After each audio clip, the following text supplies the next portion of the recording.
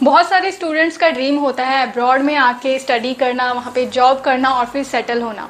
But at the same time वो confuse भी होते हैं कि कौन सी कंट्री में हायर स्टडीज़ के लिए जाया जाए, यूके, यूएस, कनाडा, ऑस्ट्रेलिया या फिर कहीं और।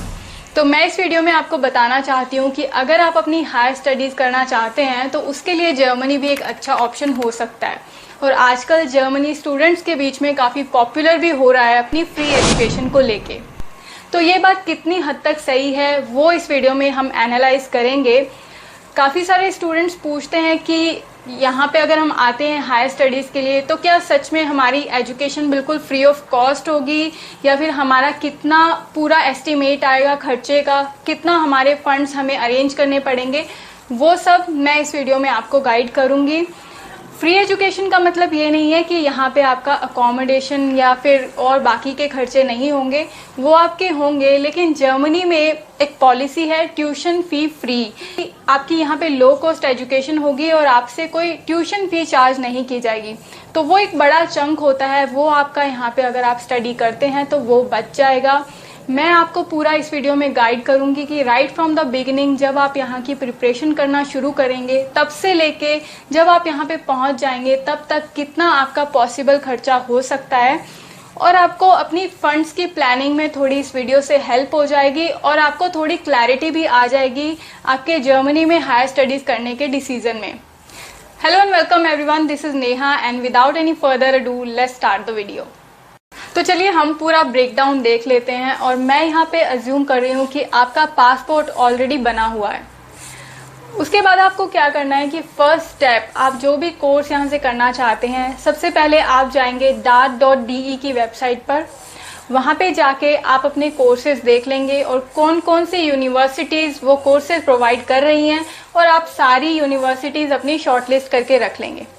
उसके बाद में आपको सभी यूनिवर्सिटीज़ में अप्लाई करना है अपने कोर्सेज के लिए, और उन यूनिवर्सिटीज़ की क्या क्या रिक्वायरमेंट है, क्या क्या क्राइटेरिया है वो कोर्स करने के लिए, वो आप देख लेंगे।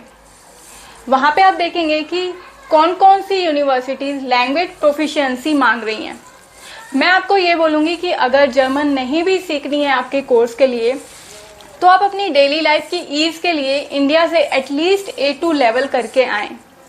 तो यहाँ पे आने के बाद में आपको बहुत ज़्यादा कन्वीनियंट हो जाएगा अपनी डे टू डे लाइफ को मैनेज करने में। तो सबसे पहले तो वही खर्चा आएगा। आप चाहें तो जर्मनी आके भी अपने लैंग्वेज कोर्सेज परस्यू कर सकते हैं, बट मैं ये बोलूँगी कि इंडिया में करना ही ज़्यादा बेटर है।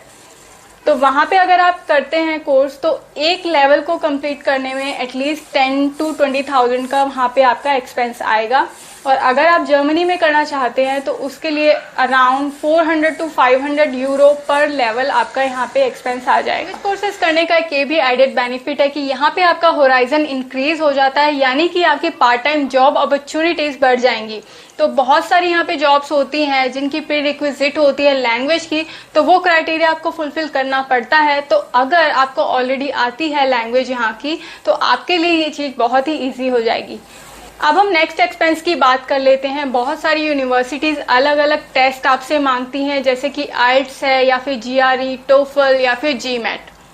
तो उसके लिए आपका इंडिया में पूरी आप प्रिपरेशन करोगे, वो एक्सपेंस आने वाला है अराउंड 15 to 20,000। ये एक्सपेंस थोड़ा वेरी भी कर सकता है, तो डिपेंड करता है कि आप कौन सा टाइप कर रहे हैं टेस्ट का एंड कौन से इंस्टीट्यूट से आप ये सारी प्रिपरेशन कर रहे हैं। नेक्स्ट स्टेप आता है यूनिवर्सिटीज़ में अप्लाई करने का। तो सारी यूनिवर्सिटीज़ चार्ज नहीं करती हैं आपसे एप्लीकेशन फ़ी, बट जो भी यूनिवर्सिटी चार्ज करेंगी उनकी हम अराउंड फीस मान लेते हैं 50 यूरो to 150 यूरो। इसके लिए आप अगर खुद नहीं करना चाहते सारी प्रोसेस तो आप यूनी असिस्ट की भी हेल्प ले सकते हैं। ये एक बॉडी है जो आपको पूरा गाइड करेगी आपकी एप्लीकेशन प्रोसेस में और आपके बिहाफ पे सारी ये जो प्रोसेस है वो करेगी। तो उसके लिए जब आप फर्स्ट एप्लीकेशन करते हैं तो फ़ी होती है 75 यूरो। उसके बाद में हर एक एप्लीकेशन के लिए वो आपसे चार्ज करते हैं 30 यूरो। अगर आप जर्मनी स्टडी करना आना चाहते हैं तो मैं ये बोलूँगी कि 1 साल पहले से ही आप सारी प्रिपरेशन अपनी शुरू कर दें।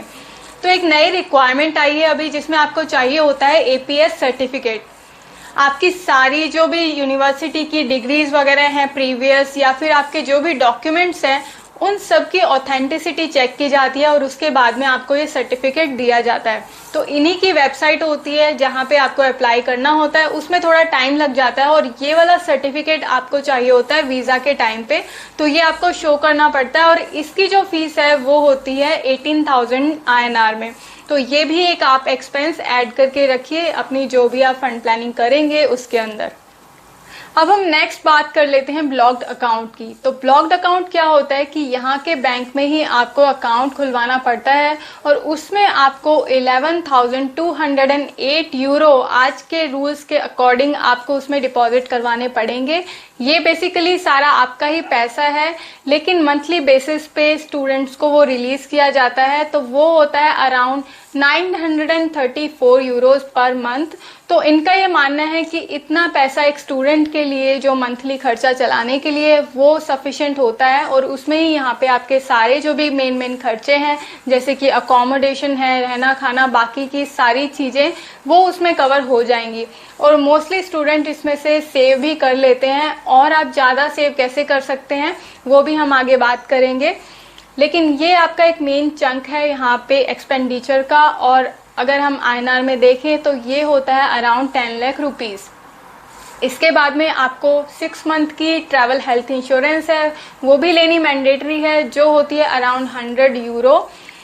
एंड आप फिर वीजा अप्लाई करेंगे तो उसकी फीस होती है अराउंड 75 to 80 यूरो, जो INR में होती है approximately 10,000 rupees. And after that जो आप यहाँ पे स्टडी करेंगे तो उसके फर्स्ट सेमेस्टर की फीस भी आपको देनी पड़ेगी, जो होती है अराउंड 200 to 350 यूरो, जो कि वेरी भी कर सकती है। यहाँ का वीजा आते ही आपको बुक करनी है अपनी फ्लाइट्स की टिकट, तो उसका खर्चा भी एक होने वाला है, जो अगर हम आज के हिसाब से देखें तो अराउंड 80,000 आपका रुपीज वो लग जाएगा। एंड उसके बाद में जो भी आप शॉपिंग करेंगे जर्मनी के लिए तो वो सारा सब मिला के हो जाता है अराउंड 1 लाख to 1,10,000, डिपेंड करता है आप क्या क्या शॉपिंग कर रहे हैं यहाँ पे जर्मनी के लिए।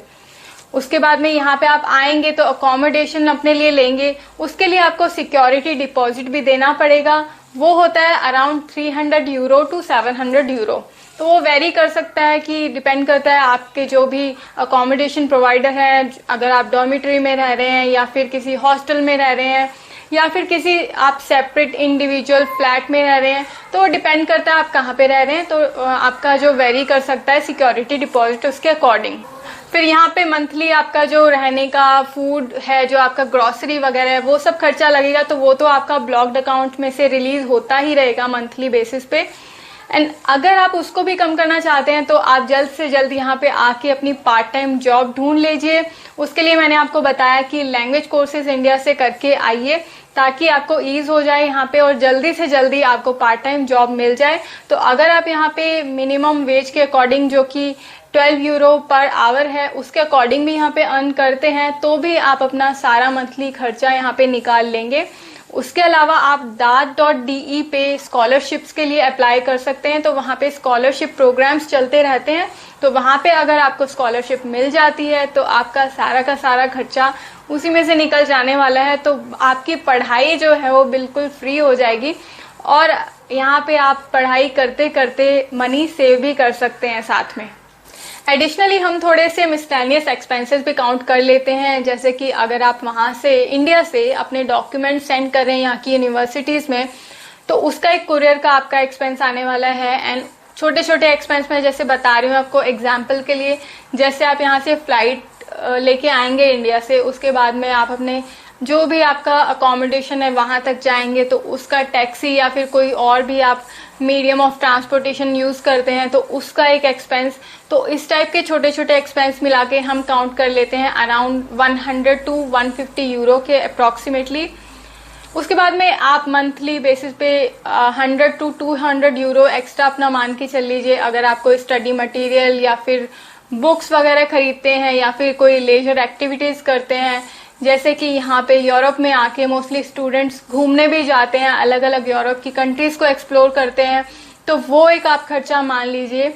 तो इस तरह से अगर हम टोटल करें सारा मिला के तो बनता है अराउंड 15 लाख आपका पूरा स्टडी का, जो कि जैसे मैंने आपको बताया आप पार्ट टाइम जॉब करके और स्कॉलरशिप के लिए अप्लाई करके पूरा का पूरा कवर कर सकते हैं। तो इस तरह से आपकी पूरी स्टडी यहाँ पे फ्री हो जाएगी एंड आप साथ साथ में अपना सेव भी कर लेंगे अगर आप कोई अच्छी पार्ट टाइम जॉब कर रहे हैं तो ये वीडियो पूरा मैंने आपको बताया, स्टार्टिंग के जो प्रिपरेशन के एक्सपेंसेस है वहां से लेके पूरा यहाँ जब आप जर्मनी आ गए तब तक, और थोड़ा बहुत वेरी भी कर सकता है ये expense depending on your lifestyle and your preferences. तो आज का ये वीडियो आपको इन्फॉर्मेटिव और हेल्पफुल लगा हो तो मुझे कमेंट सेक्शन में जरूर बताना अपने फीडबैक्स, और इसे अप्रिशिएट करना मत भूलिएगा अपने लाइक्स के थ्रू। अगर ये वीडियो किसी के लिए हेल्पफुल हो सकता है तो उससे शेयर करना भी आप मत भूलिएगा। चैनल पे नए हैं तो इसे सब्सक्राइब करके जरूर जाइएगा और बेल आइकन जरूर प्रेस कर देना ताकि आप नोटिफाइड रहें मेरी नई वीडियोस के लिए। मैं मिलती हूँ आपसे नए वीडियो में, तब तक के लिए अपना ध्यान रखिए। Stay safe, stay healthy and bye.